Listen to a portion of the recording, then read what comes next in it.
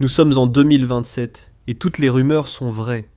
L'armée chinoise se mobilise, des centaines de milliers de soldats sont en préparation. Alors que le président Xi Jinping attend le moment opportun pour donner l'ordre d'envahir Taïwan. L'Australie observe et attend. Elle sait qu'elle sera affectée par cette guerre, quel que soit le vainqueur, et cela signifie qu'elle n'a pas le choix. Elle doit réagir, et voici comment l'Australie s'y prendrait. Xi donne l'ordre, l'invasion commence. La force d'invasion massive de la Chine est rassemblée le long de la côte de la province du Fujian, s'étendant sur environ 3750 km, soit environ 2330 miles, et avec plus de 2000 îles dans ses eaux. Cette zone côtière est le point de départ idéal pour l'invasion. C'est la province chinoise la plus proche de Taïwan, une proximité nécessaire car la Chine fait face à une tâche difficile. Xi a besoin que ses forces s'emparent des ports de Taïwan le plus rapidement possible. Plus la phase initiale dure, plus les forces alliées, menées par les États-Unis avec le Japon et l'Australie, pourront stopper la Chine. Les missiles doivent d'abord voler à répétition. Les navires chinois ne partent pas en premier. Ils le font, lorsque la Chine déclenche une salve de projectiles contre la côte taïwanaise dans le but d'affaiblir les défenses de la force. C'est ce que Xi a besoin que son armée surmonte. La marine et l'armée de l'air taïwanaise encaissent le gros de la frappe. La première perdant probablement un grand nombre de ses 91 navires, y compris plusieurs de ses 21 frégates, beaucoup de ses patrouilleurs, et peut-être même un ou deux de ses 4 destroyers. La Chine vise aussi stratégiquement les bases aériennes taïwanaises pour détruire un maximum des 720 avions militaires du pays.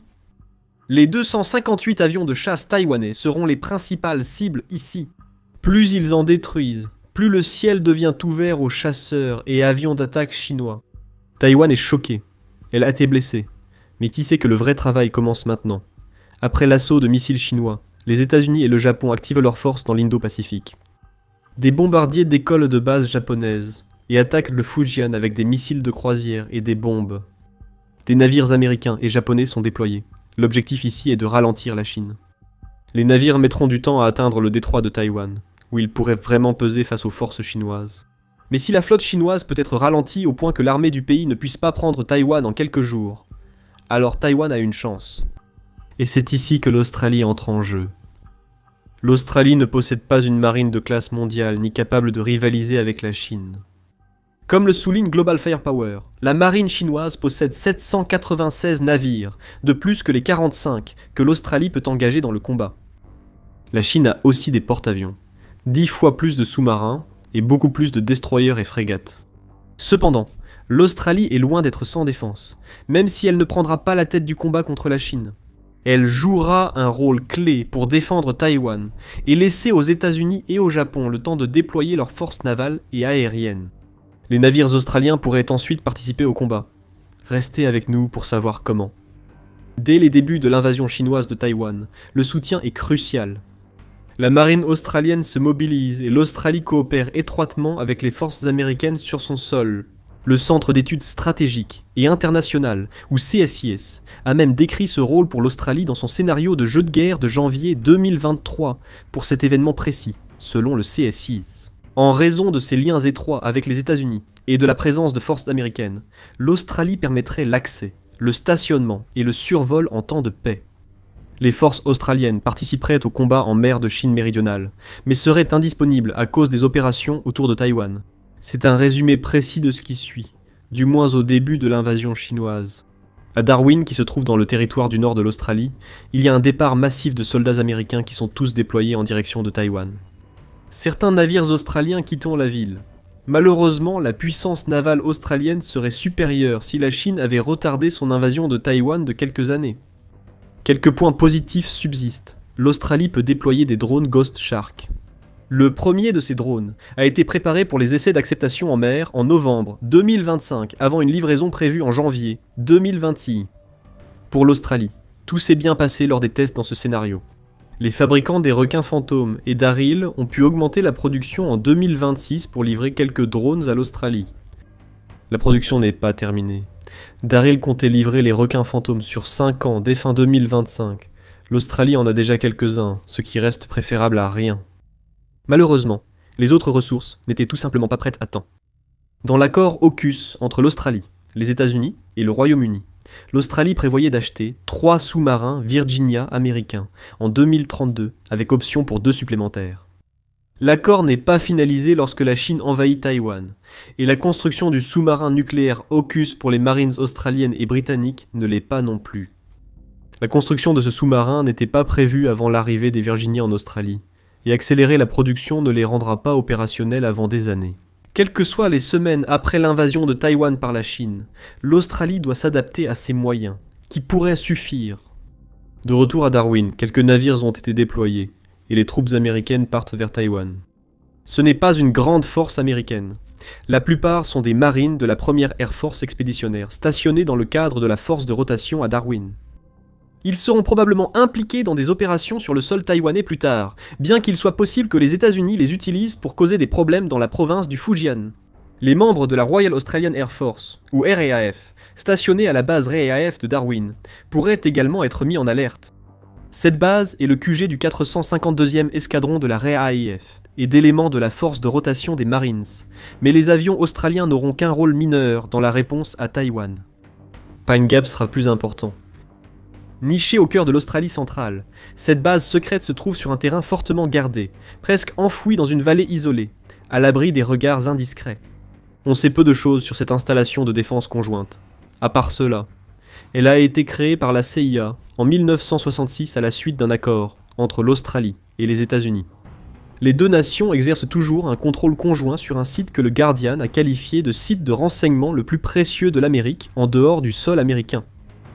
Les débuts de l'invasion chinoise de Taïwan confirmeront la réputation de Pine Gap. Des informations clés sont aussitôt transmises depuis Pine Gap aux soldats américains. Avec les navires australiens partis de Darwin, Pine Gap pourrait aussi servir de centre d'alerte pour informer les Alliés en cas de missiles chinois. Les satellites au-dessus de l'Indo-Pacifique surveilleront les missiles balistiques lancés depuis la Chine, fournissant des données essentielles aux agents du renseignement de Pine Gap. Il est peu probable que ces missiles visent l'Australie, mais Pine Gap pourrait au moins avertir les autorités taïwanaises pour qu'elles se préparent à d'autres frappes après la première. Les navires de guerre australiens déployés seraient probablement des destroyers de la classe Hobart de la marine australienne. Ces navires, entrés en service en 2017 après la sélection de Lockheed Martin en 2007 pour développer de nouveaux destroyers pour la marine australienne, offrent de nombreuses capacités. Dotés de capacités anti-aériennes, anti-surface et anti-sous-marine, ils servent de stations radar flottantes pour collecter davantage de renseignements. Avec 5000 milles nautiques d'autonomie et une vitesse de 28 nœuds, ces navires traversent efficacement les voies de l'Indo-Pacifique. Ils seraient utilisés avec environ 200 membres d'équipage chacun. Les 3 destroyers Hobart australiens assureraient l'ouverture des voies maritimes clés autour du Japon et de l'Australie. Surtout que la marine chinoise massive est susceptible de tenter de bloquer Taïwan, aussi dangereux que puisse être la classe Hobart. Et ils disposent d'un système de lancement vertical, Mark 41, avec 48 cellules du système d'armes avancé Harpoon, et d'un système d'armes Mark 34 avec un affût de canon, Mark 45 mode 4. Il manque de puissance pour percer la défense chinoise. Les navires de la classe Hobart patrouillent et transmettent des informations, comme d'autres navires de la marine australienne. Les sous-marins arriveront bientôt, découvrez leur rôle en continuant à regarder. De retour à Taïwan, tout se déroule comme prévu, si. Les missiles chinois ont assez affaibli Taïwan pour permettre le débarquement des navires amphibies. Les soldats sur les plages de l'île, les soi-disant plages rouges, dont beaucoup se trouvent sur la côte ouest de Taïwan et d'autres au nord du pays, ont été pris pour cible. La Chine n'a pas tout pris, mais assez de défenses taïwanaises ont été détruites pour permettre les débarquements. Les forces chinoises doivent désormais tenter de capturer un maximum de ports, de bases aériennes et de villes taïwanaises, les 2 premiers étant cruciaux. Plus les ports et les bases aériennes restent sous le contrôle de la Chine, plus il sera possible de débarquer de navires et d'avions transportant des troupes et du matériel à Taïwan. C'est plus facile à dire qu'à faire, même si les plages rouges étaient vulnérables. Taïwan est une forteresse naturelle, comme l'a noté le Conseil des Relations étrangères en juin 2024. Le détroit de Taïwan, large de plus de 90 miles, connaît des eaux agitées, 2 saisons de mousson et divers phénomènes météorologiques extrêmes chaque année. L'invasion de la Chine devait être soigneusement préparée et réussir en quelques mois avant que le détroit de Taïwan ne devienne un piège. Et sur Taïwan même, il y a un terrain montagneux, que Taïwan connaît bien mieux que la Chine, ce qui protège la capitale, Taipei. Des embuscades ralentiront les forces chinoises lors de leur avancée, offrant à l'Australie et ses alliés plus de temps pour agir, un temps essentiel. La Chine lance des missiles sur les bases japonaises utilisées par le Japon et les États-Unis, causant de lourds dégâts. L'Australie est relativement épargnée, car sa distance avec la Chine rend ses attaques difficiles. Cependant, cette distance signifie également que tout navire que l'Australie déploie en direction de Taïwan mettra environ 5 jours pour arriver à destination. La Chine essaie de compliquer la vie des navires australiens. Xi envoie ses propres bâtiments dans les voies navigables, que ces navires tentent de maintenir ouvertes, ce qui pourrait offrir les premiers exemples de combat entre la Chine et l'Australie. Ces navires doivent garder les voies navigables ouvertes. C'est alors que la force sous-marine australienne intervient, même sans les futurs sous-marins prévus par le partenariat AUKUS. Elle possède une flotte basée à la Lashmas Stirling, située sur Garden Island près de Perth, dans l'ouest de l'Australie. La flotte dispose de 6 sous-marins Collins, qui seront déployés au fur et à mesure que la stratégie navale chinoise s'éclaircira. Les 6 sont des sous-marins d'attaque diesel électrique, ce qui signifie qu'aucun d'eux n'est à la hauteur des sous-marins nucléaires plus avancés que la Chine et les États-Unis peuvent déployer. Cependant, ils peuvent tous atteindre des vitesses allant jusqu'à 20 nœuds en plongée, et ils peuvent rester sous l'eau pendant 70 jours avant de faire surface. Chacun dispose également de 6 tubes lance-torpilles de 530 mm, et ils peuvent emporter à la fois des missiles anti-navires Harpoon et, si nécessaire, des mines pour remplacer leurs torpilles. Ces 6 sous-marins menacent la marine chinoise, bien que moins avancés que les modèles nucléaires. Les Collins australiens sont très silencieux.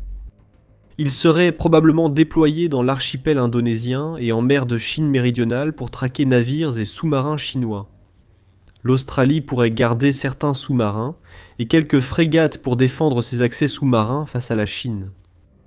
De retour à Taïwan, Xi pourrait maintenant se rendre compte qu'il a dispersé ses forces, en particulier les moyens navals chinois, un peu trop.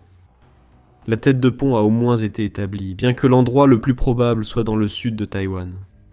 Les ports proches du nord de Taïwan, où se situe Taipei, ont tous été détruits par Taïwan avant l'arrivée de la flotte chinoise. Les soldats débarquant sur ces plages rouges du nord sont peu nombreux, et peuvent être éliminés dans les montagnes. Encore pire pour Xi, des avions taïwanais, japonais et américains volent vers Taïwan depuis des bases américaines au Japon. Et les porte-avions que les États-Unis ont dans l'Indo-Pacifique, quels porte-avions sont présents et lesquels sont utilisés dans la lutte contre la Chine, cela reste discutable.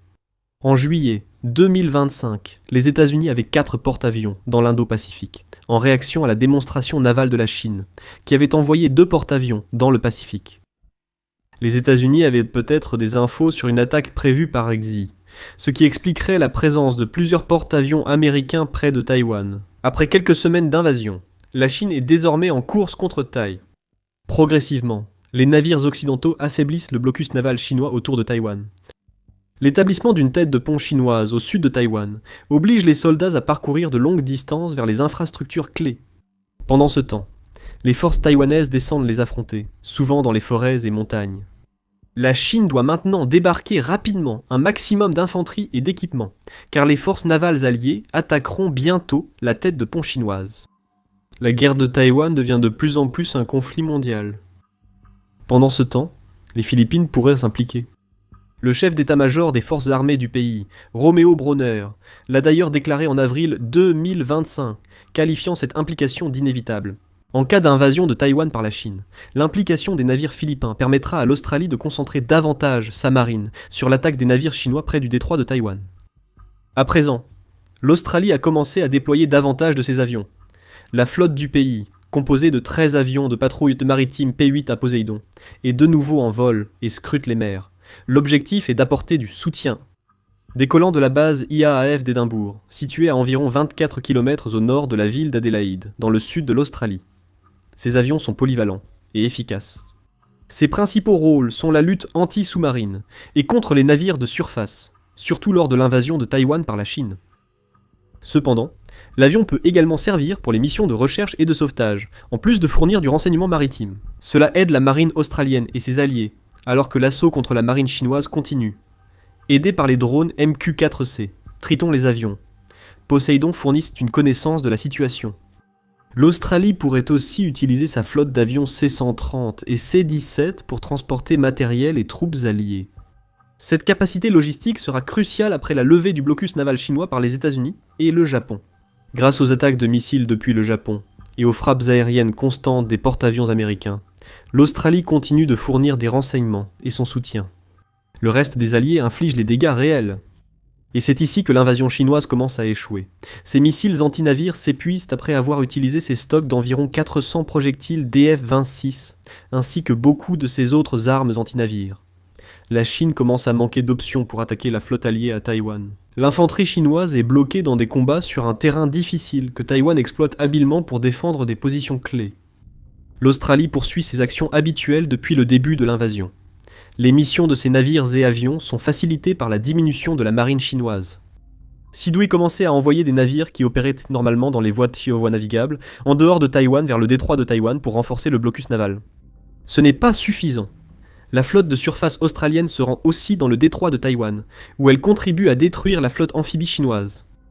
Le problème pour Xi est que la Chine doit agir vite, sinon elle s'enlise dans une guerre d'usure. Si les défenseurs de Taïwan gagnent assez de temps, les Alliés pourront affaiblir la marine chinoise jusqu'à l'inefficacité. Avec l'ouverture du détroit de Taïwan, plus de navires chinois sont détruits. L'Australie pourrait participer à l'action, mais le soutien qu'elle apportera tout au long de l'invasion sera bien plus précieux. Xi réalise qu'il a surestimé ses capacités. Si seul Taïwan avait été concerné, la Chine aurait sans doute gagné et eu plus de temps pour envoyer des soldats. Si elle n'avait pas eu à s'inquiéter de la réaction des États-Unis, du Japon et de l'Australie, mais la Chine devait bel et bien s'en préoccuper. Trop dispersée et avec trop de cibles, l'invasion chinoise a échoué. Même si l'Australie n'était pas l'acteur principal dans la défense de Taïwan, elle a joué un rôle clé parmi les alliés pour éviter que les dégâts infligés par la Chine ne deviennent catastrophiques. Parmi les nombreux scénarios possibles d'une invasion de Taïwan par la Chine, l'implication de l'Australie reste une constante. Si l'Australie choisit de rester en retrait et d'observer, cela ne fera que retarder l'inévitable, à savoir être entraînée dans le conflit de toute façon. C'est selon l'Australian Strategic Policy Institute qu'il a dit franchement en 2025. Le débat australien sur Taïwan se résume trop souvent à une question simpliste, intervenir ou non, en supposant que le conflit se limiterait à Taïwan. Selon le groupe de réflexion, une invasion serait en réalité bien plus complexe. L'Australie doit répondre, nous le ferons. Tout autre choix serait trop risqué. Si une victoire chinoise à Taïwan entraîne un bouleversement de l'équilibre des pouvoirs dans l'Indo-Pacifique, Xi lui-même pourrait finir par être la chute des ambitions de la Chine pour Taïwan. Le chaos a éclaté en Chine lorsque des conseillers militaires proches de Xi se sont retournés contre lui pour tenter de prendre le pouvoir. Ces conseillers avaient averti contre une invasion hâtive de Taïwan. Maintenant absent, rien n'arrête Xi, ce qui pose un problème plus grave pour la Chine que Xi ne le pense. Plus d'informations dans notre vidéo. Si cette vidéo vous a plu, abonnez-vous à The Military Show pour ne rien manquer. Et merci de nous avoir regardés.